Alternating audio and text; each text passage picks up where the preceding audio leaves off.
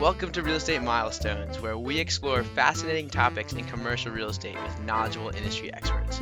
I'm your host, Ben Malik, and I'm a young real estate professional who is passionate about adding value to people's lives through the incredible power of real estate. My goal is to help you discover what the heck is going on in the industry and how you can get involved. This is Real Estate Milestones, where your future in real estate lies just around the corner. Welcome back to the show, everybody. Today we have Natu Myers, who is the founder of raises.com. And as you know, capital raising is something we like to talk about on the show. A couple of my mentors are big into capital raising, like Hunter Thompson, who you heard from a couple of weeks ago. But raises.com is one of the best names that I've heard for SEO. So congrats on that one. Thank you, Ben. Hey, it's nice to be here. I look forward to this one for sure. So, awesome. So let's start with, what's your first milestone in real estate? First milestone in real estate was when I worked with an accredited investor as a registrant with the Ontario Securities Commission in taking the investors' information on a subscription agreement, and then helping them work with the salesperson to actually get them to sign the documents, get them to wire the funds and send the funds, and then making sure that the deal got closed successfully and counting all of the other investors that were in. This was a real estate syndication based in Ontario. And so that was awesome. Yeah.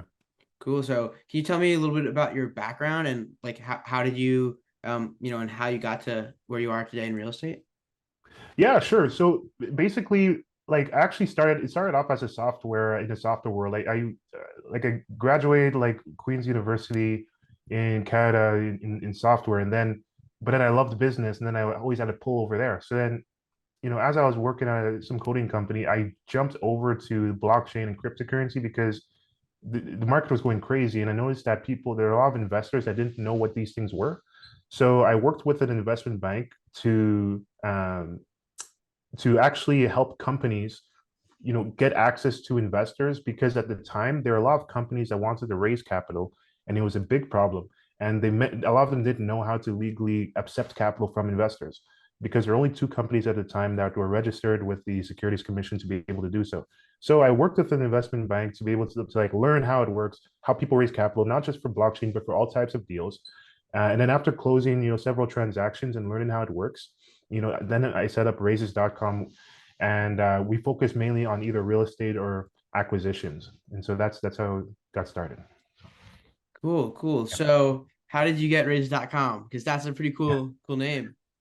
Thank you. Yeah, the name carries a lot of traffic. So we got it from an auction. So this was at sedu.com, and then the price we're not disclosing the price just yet, but we got the domain from a website called sedu.com and an auction.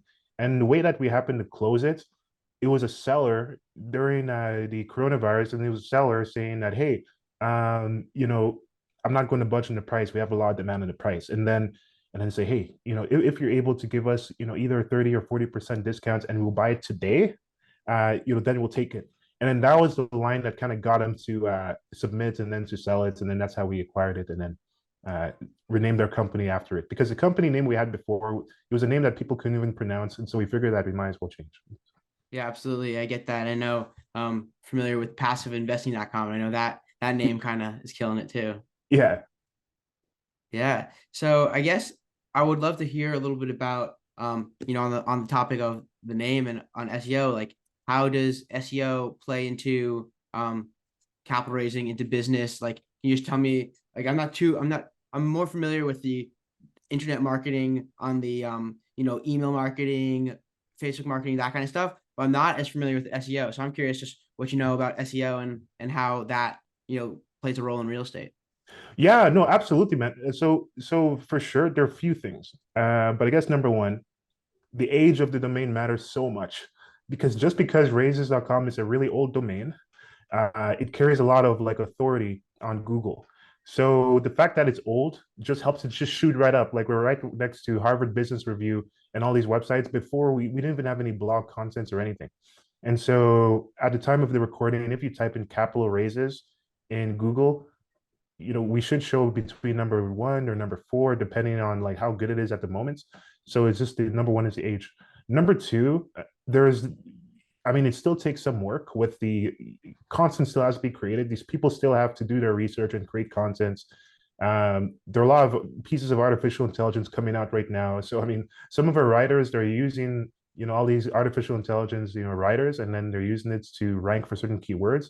So instead of people that want to do real estate deals, either if somebody's a real estate coach, for example, and they want to find coaching clients, or somebody wants to actually originate real estate deals, instead of paying for advertisements, which is costly, SEO is more of a long-term game, and it can help you originate the deals. Like, let's say real estate, off-market real estate, Oklahoma, or limited partnerships, Oklahoma. Things like that apply to where you're working in. That's a good way if you have good SEO or a good domain where you can get traffic to your websites to get them to take action. So those are just some quick examples, if that helps. Yeah, that makes a lot of sense. And I think it's funny because when you said, like, I really like the idea of thinking about it as a long-term solution. Like when you do when you pay for an ad, that's like, okay, you're done after an hour of the running that or however much you pay for it. But with SEO, it's like digital real estate in a way, right? It's there. It's actually so like the internet is not, I guess, tangible, but if you imagine it as tangible, it's actually has like a kind of a physical location in a way, like there's a place on the internet for it, which is really interesting. 100%. Like we're just talking, I was just on a mastermind before this podcast with somebody who does SEO for cannabis dispensaries. Wow. And because the problem is that it's very regulated. Like if you look at real estates, a lot of people who hire real estate marketers to run Google ads, they get hit with something called the special ad category, which is new from Google and from Facebook, because they don't want people to quote unquote discriminate to areas that are richer because you can get better deals sometimes. So they have this thing where it's harder to target people who are in rich zip codes and postal codes. So some people are just going to SEO because of that. So you have all these weird things going on. So that's why in cannabis, they have their own regulations too. So that's why you see SEO really good for things where ads are hard to run. Yeah, absolutely. Yeah. And so and then I guess that's the first step. But then once you're at the website, how do you make sure it's, in terms of I guess targeting your potential client? Like what's your best practices for making sure your website appears how you want it to appear and is like enticing and effective at what you're trying to accomplish? Yeah, I think it's the scientific method. So I mean, I guess our three principles really comes down to simplicity, science, and focus. So when you look at simplicity, we just want to remove anything that is unneeded. So we just want to remove anything that is unneeded so that there's little friction as possible. And it's not something that we mastered or anything. We're still learning how to do it, but every day we're learning to remove things that aren't needed.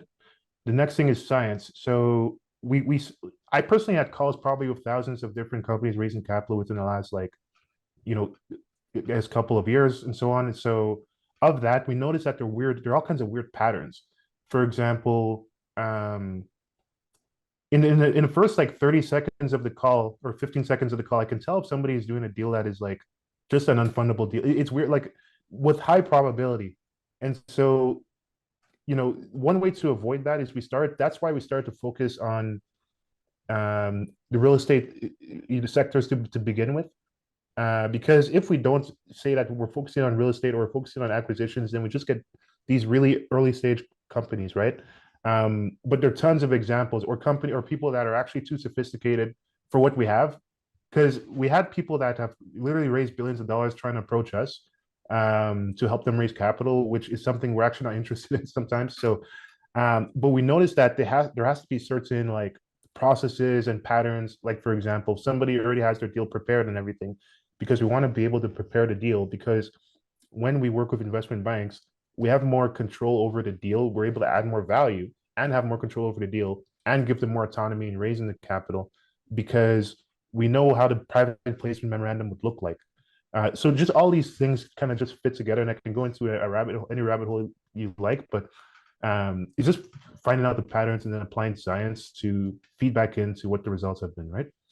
Yeah, and so like you can, I guess, the scientific method in when I think about how that would go, it would be like A/B testing, where you have two, like some people get one thing, some people get another thing, and whichever one seems to be the most effective is the one that you go forward with, and you can test something else against it. Is that what you're talking about? Yeah, essentially, yeah. It's like having a hypothesis. It's like saying like, okay, we want deals with purchase orders or contracts only, or revenue that are, people that are generating revenue. But then when we say that, people would say, oh, people would send us deals that are that have non-binding purchase orders and contracts, because what you think will happen is not the thing that will happen. Or for example, when you say, oh, do you have like money to pay for a lawyer to create your private placement memorandum in the forums? And we tried this before. And then we'll get, oh, would it be possible for the lawyers at like, some top accounting firm or some law firm, would they pay on closing?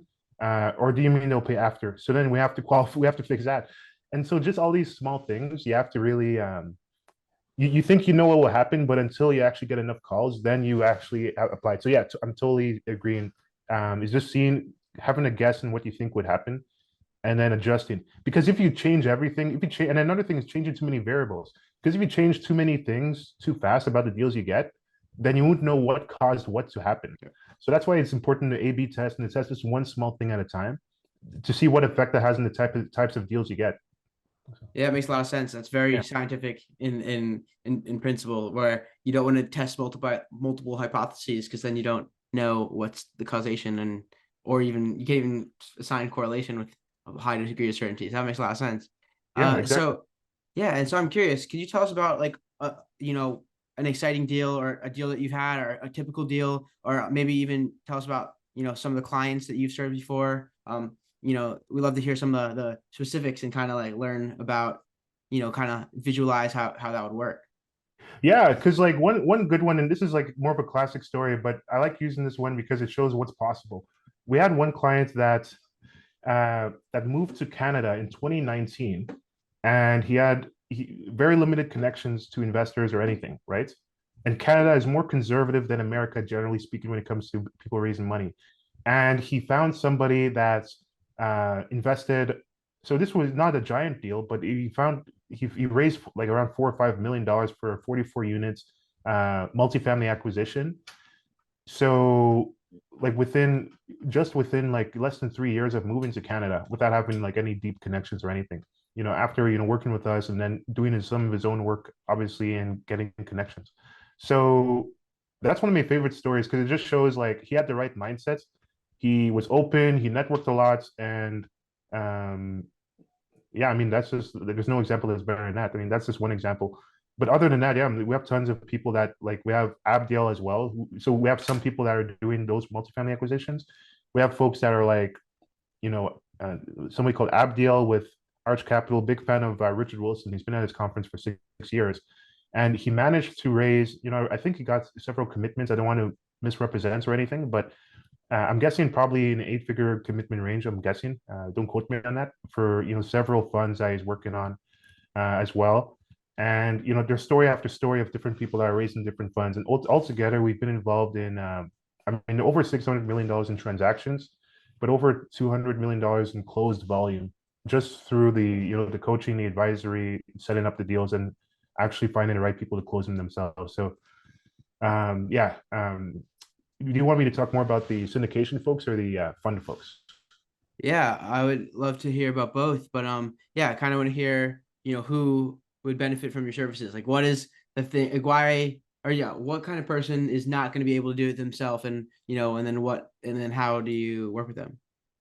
Yeah. So okay. So here are the different stages of evolution for this. So number one, somebody who is you're raising capital for let's say you're buying houses with your own capital.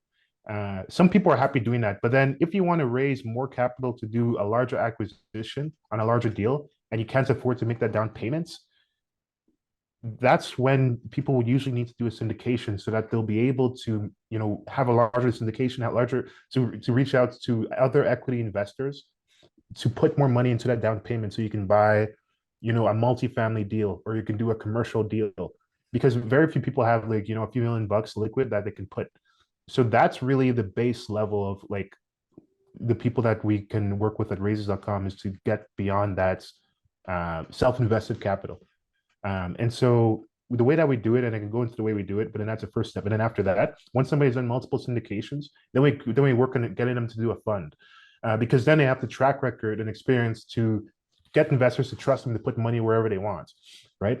And then after they do a fund and so on, then it's really just repeating it, diversifying it, taking them public, creating REITs, and going from there. So. Cool. So have you been involved in any REIT transactions?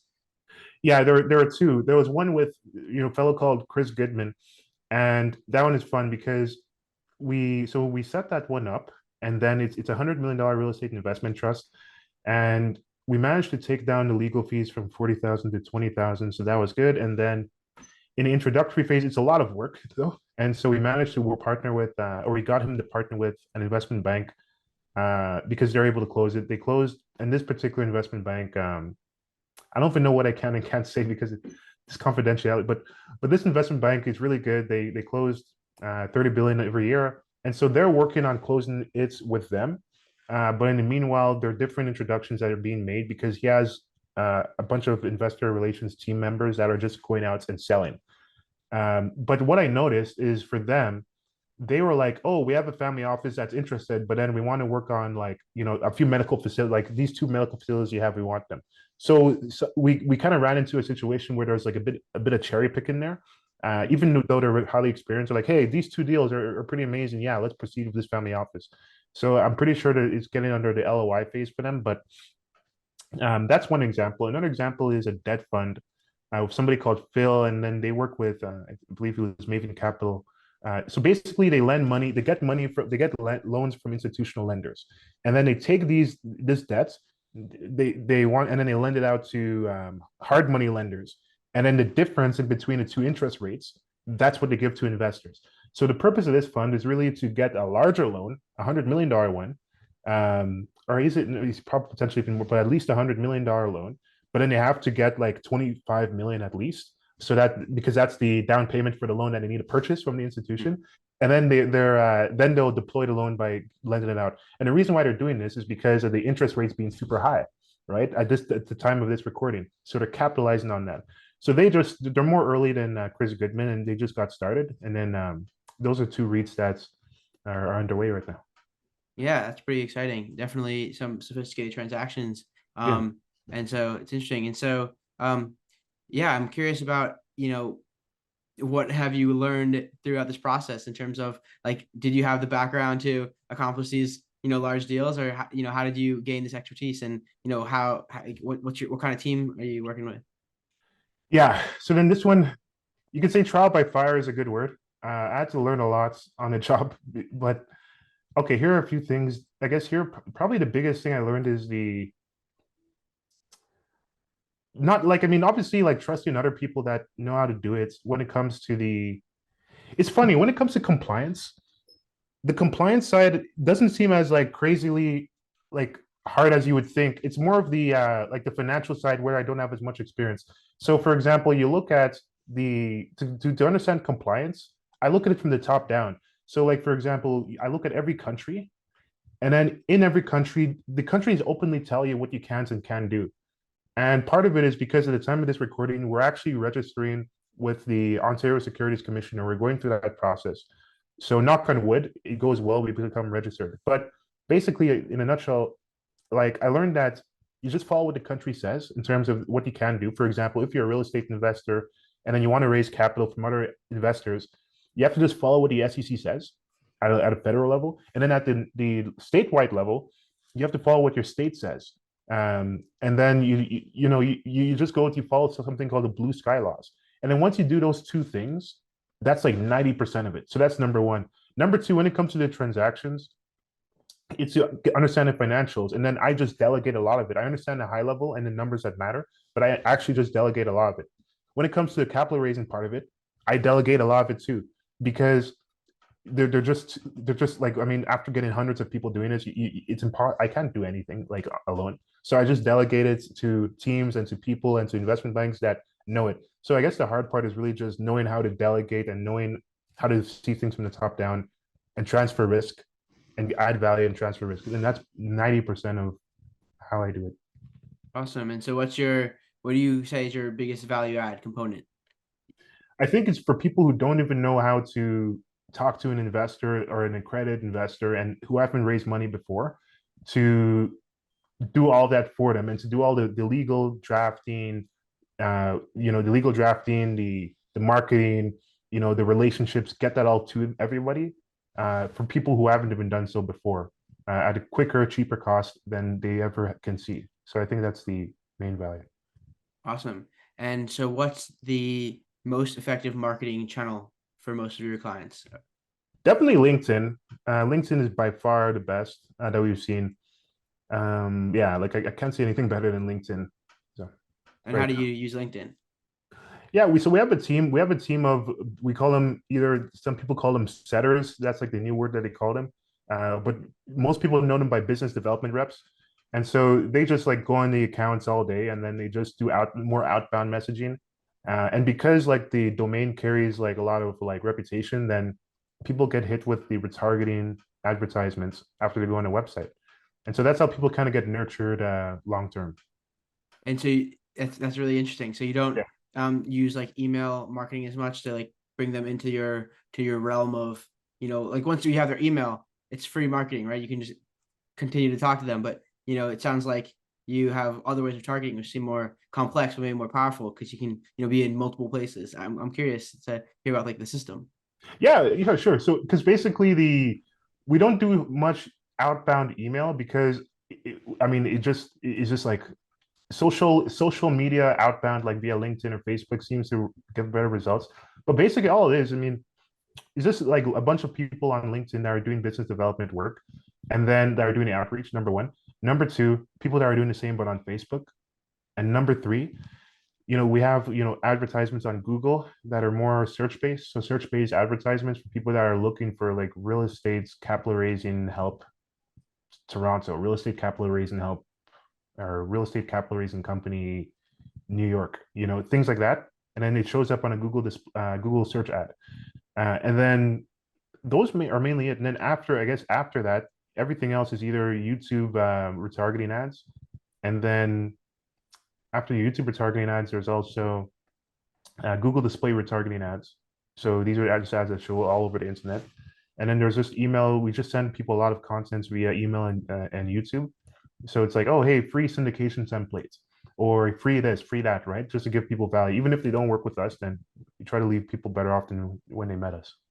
Yeah, absolutely. That makes a lot of sense. And that's how it's done nowadays, Yeah. Definitely important to add value and educate people because they're like, I guess that's a great way to show credibility and also a way to, actually help people.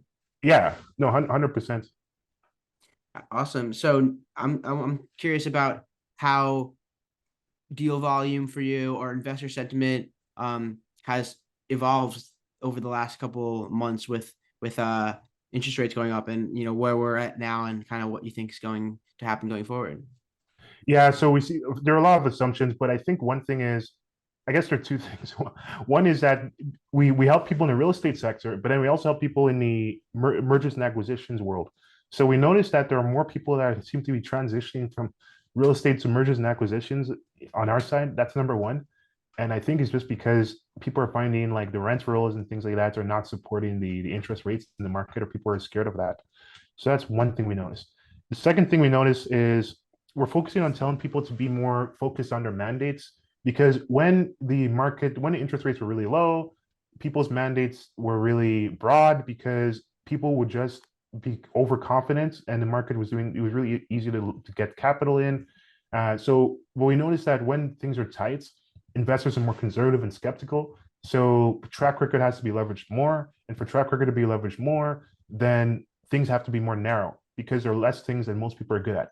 For example, if somebody's saying, hey, I want to invest in Class C hotels, and Class C hotels, Class B hotels, and Class A hotels. And then for the Class Cs, I want to do like some opportunistic, high risk type of value add stuff. The people who, repairs and things, the people who are used to, if the team doesn't have that much experience in the value add, in the high risk value add things, and then they're saying that they'll do it, it'll be harder to get investors to trust them. Whereas if they've only worked on high value add thing or low risk things like Class A deals, and then they have that only as their only type of deal that they're doing, it'll be easy for them to get the yes because there's more experience in that sector and people be less skeptical. So in a nutshell, basically all I'm trying to say is people are just more narrow with what they want to do, and then they're less like broad and all over the place, and there's less variation. And there are a few more things, but does that answer the I guess the basic question? Yeah, absolutely. That makes a lot of sense. And I guess going forward, what are you hearing from your clients in terms of what they're expecting? Are you hearing a lot of you're hearing any I guess increase in difficulty from passive investors? Or are people still looking for I guess looking for yield in any given time? Well, I mean, I see the origination seems to be harder, like because I had like the fellow that managed to close that 44 units. He came to us with a few deals, and we noticed that it seems to be harder for people to originate deals because for some reason the occupancy rates has been not as strong as it has been before. In terms of like the returns and the numbers and such, I mean, we're seeing like the typical kind of mid-teens IRR, mid-teens, like I guess the cash and cash, and then mid-teens, and then the like a 2 times like return on equity. Like we're seeing the typical terms. So I'm not too sure if the terms have changed too much. I think it's just what we just know is that the origination seems to be harder because because the deals that worked before weren't working as well. And then another thing is like there are a lot of these like refis that are happening because of the change in the rates. And so when after the deals after these refis, it's like, oh, these deals, it doesn't make sense financially anymore. I guess the last thing is government towns are doing pretty well. Like people don't get laid off as much in the government towns, and then yeah, like I'm just calling right now. I'm in Ottawa, Canada right now, a government town, and then we had a lot of deals in Washington D.C. as well. A lot of Oh, that's where I'm cybersecurity. at. Oh, really? What's funny is Mhm. that we have a lot of cybersecurity people there doing M&A. But yeah, Mhm. no, in real estate, I mean, it's really, it's safer, right? So more focus on the area, government places, low risk, right? So, Yeah, yeah, I know. People were thinking that DC was on on the downturn, and then when stuff like this happens, you realize the strength of DC versus yeah, I guess some more opportunistic places where maybe over the last 10 years you made more money, but what matters is you get to keep your assets in a downturn. yeah, no, exactly. Like it's not about what you make, it's about what you keep, right? Absolutely. There's so many different layers to that expression, and it's very true. Yeah. Awesome. So, I'm curious if you have a perspective on terms of when a recession may end, or kind of like what I don't think anyone can really predict anything, but it's really interesting to hear multiple perspectives of what's going on in the market. Yeah, no, sure. So like nobody it's funny, I was rereading a book that I really respect. It was Annie Duke's book called Thinking in Bets. And one thing I like about that book when it comes to thinking about the recession is like sometimes life it's like less about like a game of chess. It's more of a game of poker where you can actually make a good guess and it can still be wrong. So basically the point is like we can just think in probabilities. We can't know uncertainties. So I guess if we look at the past recessions, we just see that a lot of them they last for like, what is it, like 18 months, a year and a half to like 2 years. So all people can do, number one, they can understand that it's rare to see a recession where it took this long for the for the people that had jobs to decline. Like I guess the employment rate to be at this weird kind of, yeah, it's declining now to some extent, but like to be at this weird level. But then if people look at the historicals, we usually just recommend people to keep into account that all the past recessions have been for a certain time frame of this like weird 18 months type of period. So if people plan their investments, most of these deals that people were working on, the syndications, a lot of them are 5 years. So if people were to just make some strong projections that are longer than the typical average time of a recession, then it would make sense for it to do better after the recession. Because unless you have such bad luck that this is the only recession in like X amount of time that has been this long, longer than 2 years, longer than 3 years, then you made a good decision. Even if we have the worst luck in the world that this is the one recession in a while that lasted, or that one of the few recessions that is lasting longer than 3 years, that your 5 year term buy and hold deal is going to do that much worse. you made a good decision, even if the outcome doesn't lead to that. So all I can say is you just look at the past recessions and the fact that it's been 18 months roughly on average, and then try to make it so that after that 2-year period on your new deals in 2023 going forward, that you have a plan, to give a high return on equity after that term of 5 years. Yeah, absolutely. That makes a lot of sense. And I think that to add to that, it's really, got to look at the causes of the recession if you want to be able to predict, I guess, the outcome and what's going to happen in the future. And I think that it's pretty obvious that the main cause of the recession, if not the only cause, is, interest rates going up, which is a decision by the Fed. And, if we're gonna think about it, that if the Fed is the cause of the recession by increasing interest rates, that they also have the same button that they can press, the other button, right? Decrease interest rates. And if you look in the past, interest rates have never, or the Fed has never increased interest rates for more than, I think, 18 months as well. They always. Interesting. Yeah. So if you look, I'm sure this is going to be a really cynical take, but the fact that, every time the Fed raises interest rates, the recession happens. And then whenever they lower interest rates, the recession can go away. It's like, wait, I thought we were here for economic stability, and that was their goal, where they're actually maybe creating some of the problems in some respect. But obviously there's nuance to that.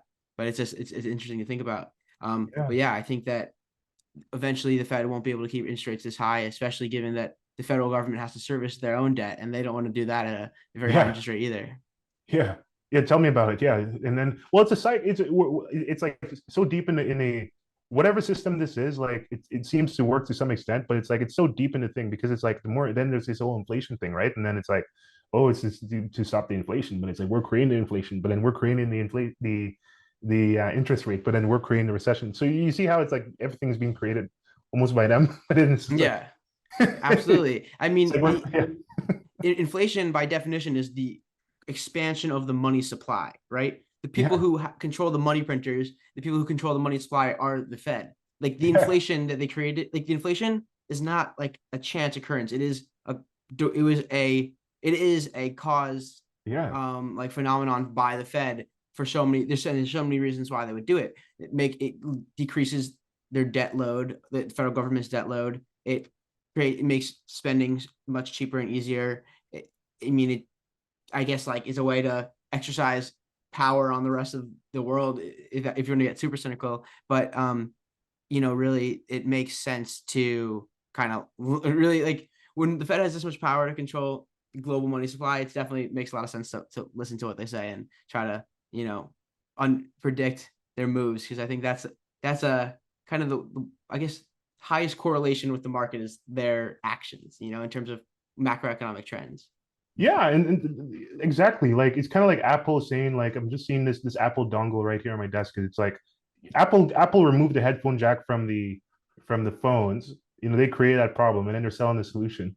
But then that's going to cause more problems, people losing their dongles, and then it's like, okay, then they're going to sell more dongles. So it's like it's almost as if like a giant thing is just creating problems and creating solutions and see the problems that they created.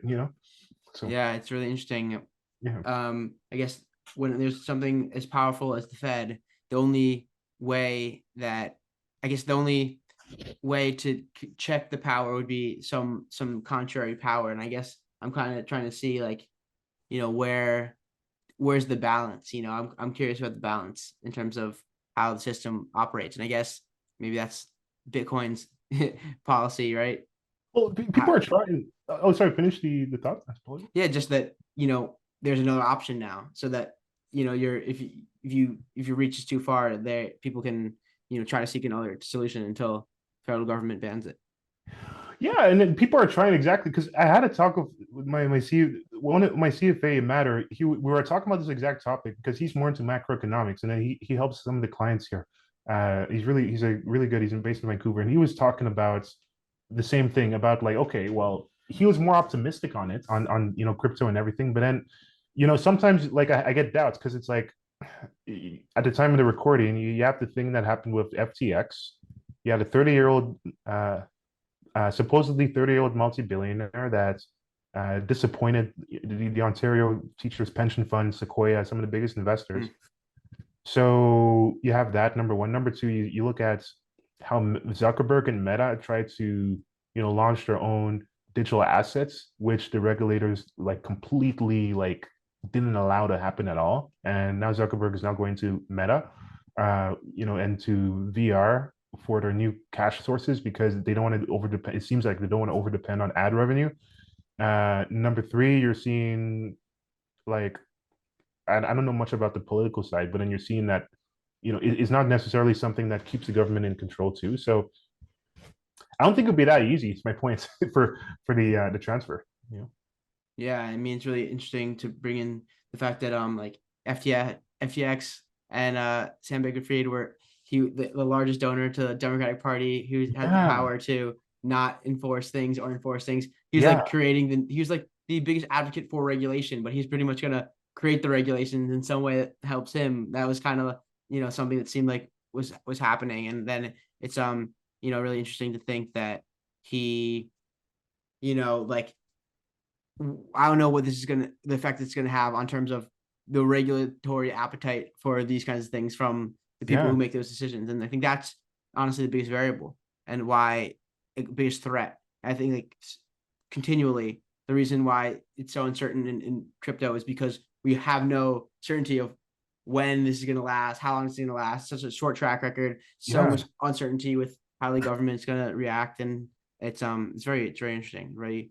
I don't really think anyone can predict how it's gonna play out. Well, I know is technology seems to hold some power.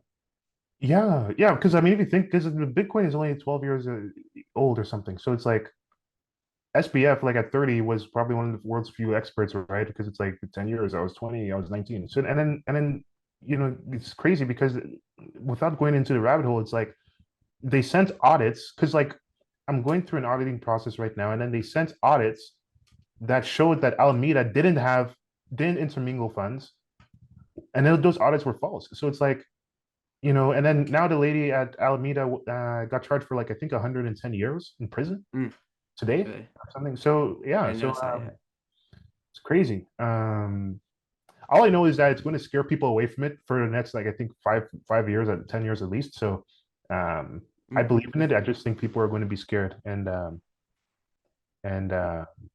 I think it's more different countries that are going to rise up. I mean, visit one of my family members visited Dubai, and then I mean they use crypto for everything, even going in the elevator or something.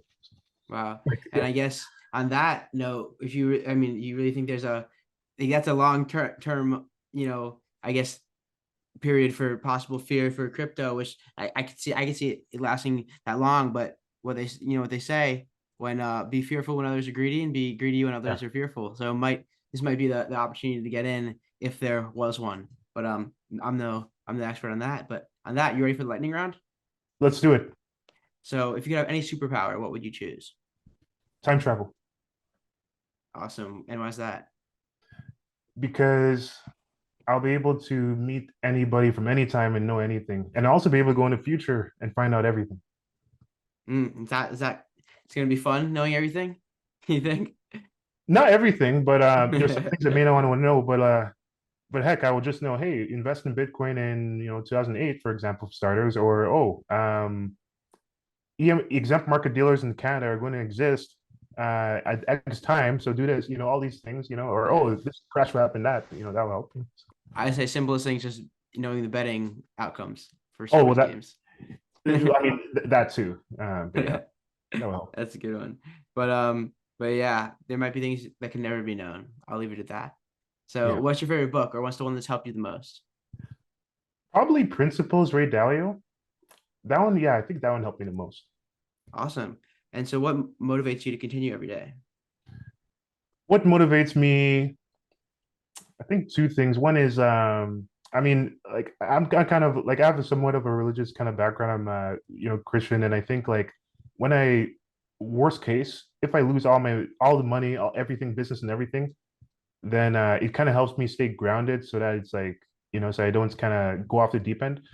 So that's one thing. The second thing is also when it comes to um, meaning, because I want to create something that can democratize investment banking. So it's like because I don't see a lot of people getting into investment banking that should. So I think that problem needs to be solved. And if until it's solved, I won't stop. So those are the two things. Awesome. So what advice would you give to someone who wants to follow in your footsteps? I would say, yeah, I would say start as early as possible. Like if you're somebody who is in your early, if you're earlier than you, I was talking to somebody before this call in a little mastermind, and he invested in real estate when he was 18. And he sends me limited partnership deals, and we work on that basis. So I think get into real estate investing and learn about securities law as early as possible, and learn as much as possible, and create a law firm, create a capital raising practice, create anything as early as possible, because the regulators it's always going to take a lot of time because the regulators are going to make it a really slow process. So learn that stuff as early as possible, and then that should be the earliest thing you should do. So that's my tip. Awesome. And since I put you on the spot, I'm gonna give you a chance for revenge. So what's one question you have for me? I have this question. So what is what is something that you believe in that everybody would doubt you on? Okay. It could be any topic. Yeah. That's a really interesting question. And I feel like that's the kind of question you got to think about for days. And I'm definitely gonna. But I feel like my instinct is to go in a down a philosophy route for this one. Was when I studied finance and philosophy in school. So definitely that's where a lot of my profound questions originate. But I guess something that people doubt is that philosophy is the good of human life. That really Wow. thinking about human life, reflecting on human life, understanding, learning and growing yourself is for me more pleasant, not more pleasant, but more, it provides more happiness, more satisfaction than what most people consider happiness, which is pleasure and fun and I guess like, just experiences where I'm really deriving a lot of my fundamental happiness from the growing, from the actual process of growing, where the end, people like aim, like I want to achieve some goal, and the way I see it is like my goal is the process where I'm achieving the thing that I want to achieve is every day get progress towards more knowledge, more growth, more wisdom, more, I guess, become I'm striving to be the best I can be, and the accomplishment is pointing that direction and going in that direction. I think that's somewhat different because a lot of people kind of set I guess their goal out in the future, and then they need to accomplish it, where I'm accomplishing it as it is also something that's in the future that can never really be achieved. But the fact that I'm aiming at it is an achievement in itself, and that I don't really need to get that completion in order to get that fulfillment. Okay, so it's kind of like being mindful in a way. Eh? It sounds like, and it's also kind of like not overthinking is kind of the gist I'm getting. I would not say not overthinking. It definitely involves a lot of Oh, overthinking, but I think that the fundamental fundamentally there's no overthinking, where thinking, it's just thinking, right? It's just like, or yeah. just reflecting and learning and growing, and that I mean, I have goals within life that are more tangible, but fundamentally I define my success by being on an upward trajectory throughout my whole life, and that's how I'm Hmm. gonna look back and see my experience, that am I the best I can be? Did I, like, do all I can to learn, to grow, to improve? And I think the greater I can become through self-reflection and knowledge and wisdom, the more I can apply my skills that I and use what I become to benefit most people and continue the cycle of perpetual growth. Nice. I love it, man. It's almost as if one lifetime is too short, man. Like so Yeah, much, right? absolutely. One lifetime is too short, but every lifetime is inherently too short in the scale of infinity. There's no relative, like, there, like, any digit, any number, any amount is is nothing compared to forever. So it's like if you're not forever, all these finite things are essentially the same in relativity to forever. That you're not It's that be true. getting too metaphysical, but that yeah, like in whatever we have, like I want to aim towards the infinite as much as possible. Yeah, and for like maybe the other listeners that are more to the earth, it's kind of like you see like a guy in a luxury car. It's like he's looking at the guy in a yacht, and the guy in a yacht is looking at the guy in the plane. So it's like infinity. It's like money. Right. Yeah, it never ends. So, Yeah, that's why I gotta enjoy the process. that's it, man. I totally Yeah. agree. Awesome. Well, on that, really appreciate you coming on the show. Where can people find you? I mean, I think it's pretty obvious at this point where to find you, but yeah. Yeah, so this one, raises.com, RAISCS.com. That's where we are. Awesome. Well, Natu and everyone listening, keep making milestones. Before you go, I just wanted to say thanks again for tuning in to another awesome episode of Real Estate Milestones. If you've been enjoying the show and you'd like to offer your support, please leave a 5-star rating and review on Apple Podcasts. It's the best way to increase the show's visibility and help the message get out to a greater audience. I really appreciate your time and support, and keep making milestones. The information provided on this podcast is intended to be educational and informational only and is not considered to be formal legal advice. The listener should not take or refrain from taking action based on its content. Any listener in need of legal opinion upon which to rely in decision-making should consider formally engaging an attorney to review relevant facts in detail and examine the pertinent law as it applies to those facts.